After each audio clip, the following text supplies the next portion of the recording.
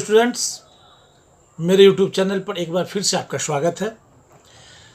पिछले क्लासेस में हम या पिछले वीडियोस में हम आपको ग्रेविटेशनल पोटेंशियल के बारे में बताया था और उसकी चर्चा किए थे, जिसमें कि हम point mass, ring, semi circular disc, spherical shell और सॉलिड स्फेयर पर का ग्रेविटेशनल पोटेंशियल हमने निकाल कर दिखाया था। अब हम चर्चा करेंगे ग्रेविटेशनल फील्ड का। अगर वो पोटेंशियल वाला वीडियो आप नहीं देखे हैं तो प्लीज़ हमारे चैनल पर जाइए, वहाँ वीडियो अवेलेबल है, या फिर आई बटन पर क्लिक कीजिए और उस वीडियो को ज़रूर देखिए। आज हम बात करेंगे ग्रेविटेशनल फील्ड का।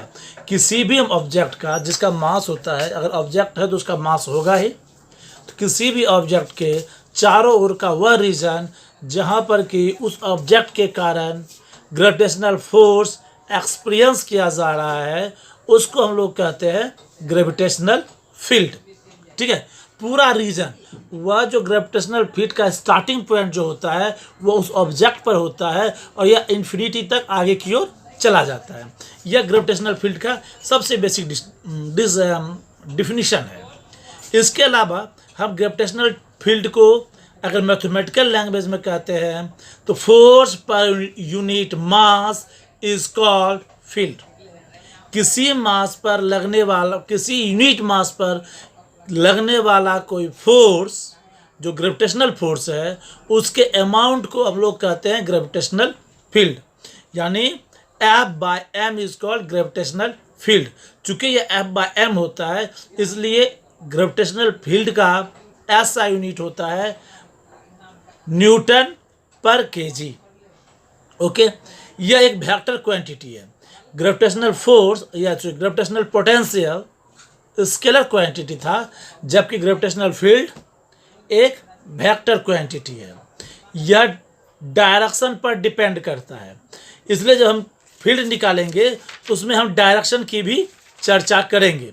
पोटेंशियल में हम उसकी चर्चा नहीं करते हैं। तो आज सबसे पहला चीज़ हम बताएंगे ग्रेविटेशनल फील्ड का एक फार्मूला। उसके बाद हम बताएंगे आपको किसी पॉइंट मास के कारण जो ग्रेविटेशनल फील्ड बनता है किसी पॉइंट पी पर, उसका इक्वेशन। उसके बाद अगले वीडियोस में हम आपको बताएंगे फिर वैसे ही जैसे पोटेंशियल में बताए थे, field due to ring, field due to disc, due to spherical shell and due to sphere, वह निकाल के दिखाएंगे। लेकिन सबसे पहले बात करेंगे आज फील्ड का इक्वेशन और साथ ही साथ gravitational field due two point mass. तो आइए बोर्ड पर अब चर्चा शुरू करते हैं। ग्रेविटेशनल फोर्स का सिंपल डिफिनीशन है कि E इक्वल टू F/m। अगर यहाँ पर फ्री फॉल वाला इक्वेशन यूज़ करें तो F इक्वल टू क्या हो जाता है फ्री फॉल में mg, तो E इक्वल टू क्या हो जाएगा mg/m, mm कैंसिल, तो E इक्वल टू हो जाता है g on the earth surface. Earth surface पर, ठीक है, तो E इक्वल टू क्या हो जाता है g, यानी अर्थ सरफेस पर ग्रेविटेशनल फील्ड का मैग्नीट्यूड जो होता है वह ग्रेविटेशनल एक्सेलरेशन के बराबर होता है और डायरेक्शन भी ग्रेविटेशनल एक्सेलरेशन के डायरेक्शन में होता है। ओके, अब हम बात करेंगे gravitational field due two point mass. तो मान लीजिए कोई ऑब्जेक्ट है m मास का, इसका फील्ड हमको निकालना है। इस m मास जो है वो O पर अवस्थित है, यानी कि m मास का object placed at O and secondary mass is placed at point P having the mass small m। ठीक है, and the distance between the O and P is r distance है O और P के बीच में। और हमको करना क्या है, वो करना क्या है कि इस m मास के कारण इस m मास पर जो फील्ड बनता है उसके लिए इक्वेशन ड्राइव करना है। ठीक है, तो इक्वेशन में क्या होता है, E बराबर होता है F/m स्मॉल m। फार्मूला यही है E का। तो आज हम जब निकाल रहे हैं तो हमको निकालना है m मास के कारण इस m मास पर। तो इसके लिए जो ग्रेविटेशनल फोर्स F होगा between m and m is according to the universal law of gravitation, वह क्या होता है G capital M small m/r²।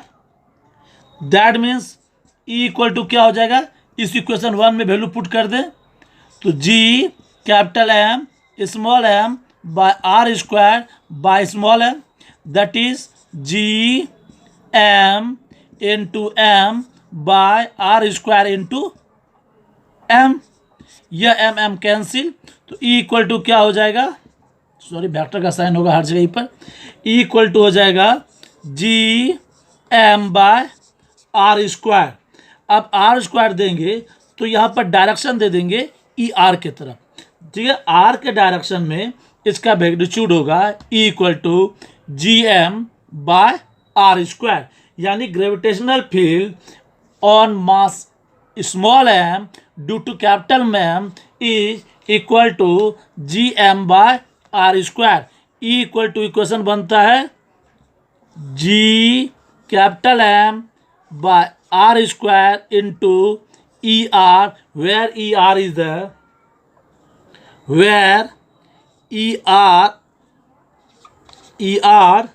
is the unit vector along r direction, यानी वेक्टर आर के डायरेक्शन में यूनिट वेक्टर ई आर है, याद रखिएगा।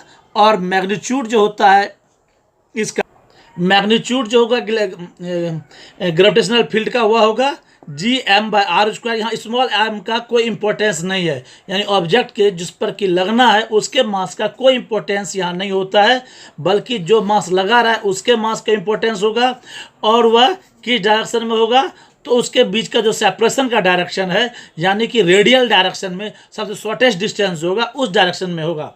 अब आइए, तो चूँकि ई बराबर होता है एफ बाय एम, सो इसका यूनिट क्या हो जाएगा, न्यूटन पर केजी, दैट और न्यूटन केजी इन्वर्स। और डायमेंशन इसका क्या हो जाएगा, फोर्स का डायमेंशन होता है M L T inverse square by M, cancel.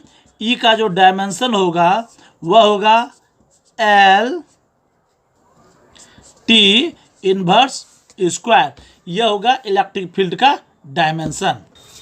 तो आपने देखा कि ग्रेविटेशनल फील्ड जो है किसी पॉइंट मास का जब निकालते हैं तो जिस पॉइंट पर निकालते हैं उस पॉइंट मास का ऑब्जेक्ट का कोई वैल्यू नहीं होता है, यानी जिस पॉइंट मास का ग्रेविटेशनल फील्ड निकालते हैं उसके मास का उपयोग होता है, उसका मास इम्पोर्टेंट होता है। लेकिन जिस ऑब्जेक्ट पर निकालते हैं उसका मास ग्रेविटेशनल फील्ड के फार्मूला में नहीं होता है, चूँकि वहाँ है G capital M by R square, यानी स्मॉल एम की वहाँ ज़रूरत ही नहीं है। इसलिए जिस ऑब्जेक्ट पर लगाते हैं उस ऑब्जेक्ट की दूरी इम्पोर्टेंट होती है, उस ऑब्जेक्ट का मास इम्पोर्टेंट नहीं होता है। दूसरी बात कि ग्रेविटेशनल फील्ड वेक्टर क्वांटिटी है और इसका जो है यूनिट है न्यूटन पर केजी और न्यूटन केजी इन्वर्स। तो आज के वीडियो में हमने आपको पॉइंट मास के लिए बताया। अगले वीडियो में हम बताएंगे gravitational field due to uniform circular ring at a point on its axis. अब वहाँ पर एक्सिस पर बताएंगे और यह बताएंगे रिंग के कारण, उसके बाद हम बताएंगे डिस्क के कारण। तो आज के वीडियो में बस इतना सा ही।